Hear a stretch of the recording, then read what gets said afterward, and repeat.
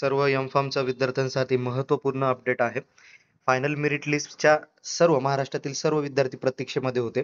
तर final merit list उद्या अर्थात 19 सप्टेंबर 2025 ला ही पब्लिश केली जाणार आहे. व्हॉट्सअप ग्रुपची लिंक जी आहे ती डिस्क्रिप्शन बॉक्समध्ये आहे.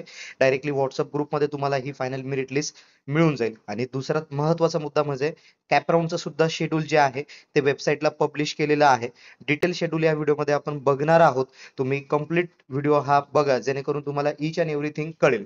आणि if you don't have if you need the short category wise seat matrix जे आहे तर ते तुम्हाला 20 तारखेला अर्थात ज्यावेळेस फायनल मेरिट लिस्ट पब्लिश होईल त्यानंतर किती नंबर ऑफ कॉलेजेस महाराष्ट्रामध्ये फर्स्ट राऊंड मध्ये पार्टिसिपेट करतायत हे तुम्हाला कॅटेगरी वाईज सीट मॅट्रिक्स मध्ये कळेल 20 सप्टेंबरला. ठीक आहे. देन आफ्टर दॅट कॅपराऊंड 1 चं जे काही online submission and confirmation of option form जे आहेत तर ते 21 तारखेपासून तर 23 तारखेपर्यंत आहेत. अर्थात 21, 22 आणि 23 असे 3 दिवस तुम्ही कॅपराऊंड 1 चे जे काही ऑप्शन फॉर्म आहेत ते भरू शकतात.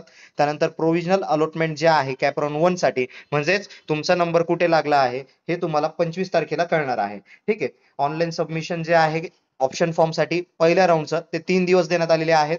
25 तारखेला कुठे तुमचा नंबर लागला हे तुम्हाला समजेल. ठीक आहे. त्याच्यानंतर दुसरं जे महत्वाचं आहे की तुम्हाला मिळालेल्या कॉलेजमध्ये जर तुम्हाला सीट ऍक्सेप्ट करायची आहे तर 26, 27 आणि 28 असे 3 दिवस तुम्हाला ऍडमिशन साठी सुद्धा देण्यात येत आहेत. तर त्यामुळे या दरम्यान तुम्ही तुमची सीट जी आहे ती ऍक्सेप्ट करू शकतात. आणि ज्या विद्यार्थ्यांना फर्स्ट कॉलेज जर मिळालं तर ते ऑटोमॅटिकली ऑटो फ्रीज होईल. पुढील सुद्धा शेड्यूल आलेला आहे, तुम्ही व्यवस्थितपणे बघू शकतात.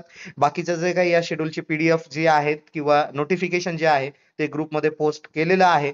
तुम्हाला नेक्स्ट व्हिडिओमध्ये पूर्ण कॅप 1चं जे काही शेड्यूल आहे ते एक्सप्लेन केल्या जाईल.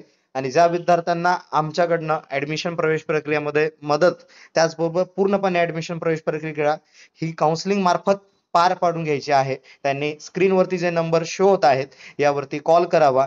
आणि त्याचबरोबर डिस्क्रिप्शन बॉक्समध्ये सुद्धा नंबर आहेत यावरती कॉल करून सर्व विद्यार्थी आणि त्याचबरोबर जे पालक हा व्हिडिओ बघत आहेत त्यांनी पूर्णपणे माहिती घेऊनच ऍडमिशन मध्ये सहभागी व्हावं. तोपर्यंत धन्यवाद. जय हिंद, जय महाराष्ट्र.